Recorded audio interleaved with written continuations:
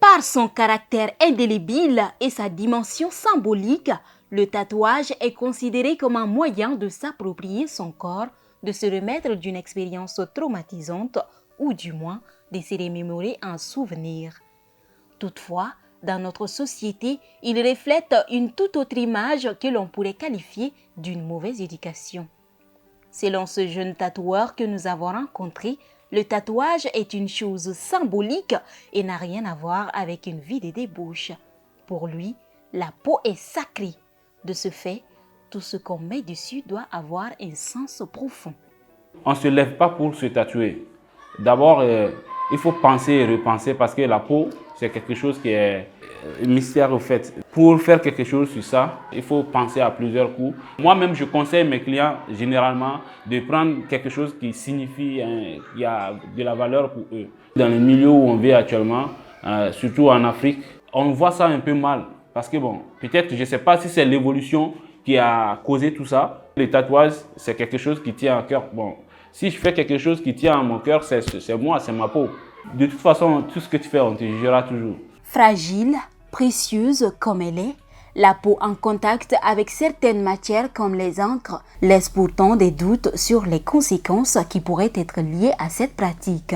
Cependant, le jeune tatoueur nous rassure le contraire. On a 7 couches de peau. Donc on utilise 3 couches pour que ça peut faciliter à l'enlèvement en fait. Il y a les machines qui sont faites spécialement, les lasers spécialement pour ça, on peut l'enlever. Si tu suis réellement les conditions, il n'y aura pas de cicatrisation ni les taches et ça ne laisse pas de marque. On utilise l'alcool et il y a les produits désinfectants aussi, on utilise ça aussi. Donc tout le temps on porte les gants en main pour ne pas avoir le contact avec la peau du client, tout cela. Les encres, nos produits, tout ça, ce qu'on utilise, ça passe au laboratoire avant qu'on reçoive ça. D'une démarche archée, ce jeune artiste vient se faire tatouer une écriture. Loin d'être une simple écriture, il s'agit du nom de son frère artiste qui est décédé dans une circonstance déplorable il y a 2 ans. Une manière pour lui de ressentir sa présence partout où il se trouve. Aujourd'hui, j'ai une écriture, c'est le nom de mon frère que j'ai perdu il y a déjà 2 ans. On fait même travail et il est artiste, on chante ensemble. Et puis on a fait une chanson, on voulait faire le lancement et puis voilà. Avant le lancement, il est décédé. Donc ça m'a beaucoup touché, tu vois. Donc pour moi, et Kinaston, je vais faire son écriture sur ma peau pour lui prouver l'amour que j'ai pour lui. Partout où je suis, partout où je passe, il est là.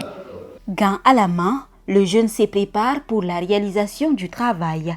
Il dispose des différents types de matériaux dont chacun joue un rôle crucial durant le processus. Des coups de pédale pour marquer des arrêts. Je pars avec le stylo, donc après je prends la machine et puis je fais le reste du travail. Oh non, tu vas pas parler fond.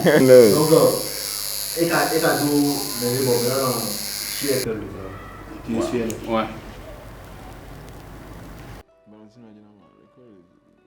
C'est Kinaston, c'est le nom de mon frère. Vraiment, je suis content. Lui aussi, de l'au-delà, il va savoir que voilà, son frère ne l'a pas laissé comme ça. Malgré il est parti, je l'aime toujours. Et le travail est fini. Le client, il est content, il est satisfait du résultat, de ce qu'il voulait au fait.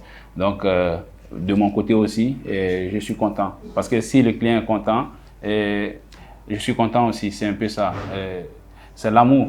Chaque individu a sa manière de digérer ses moments de joie, de tristesse, de bonheur ou de malheur.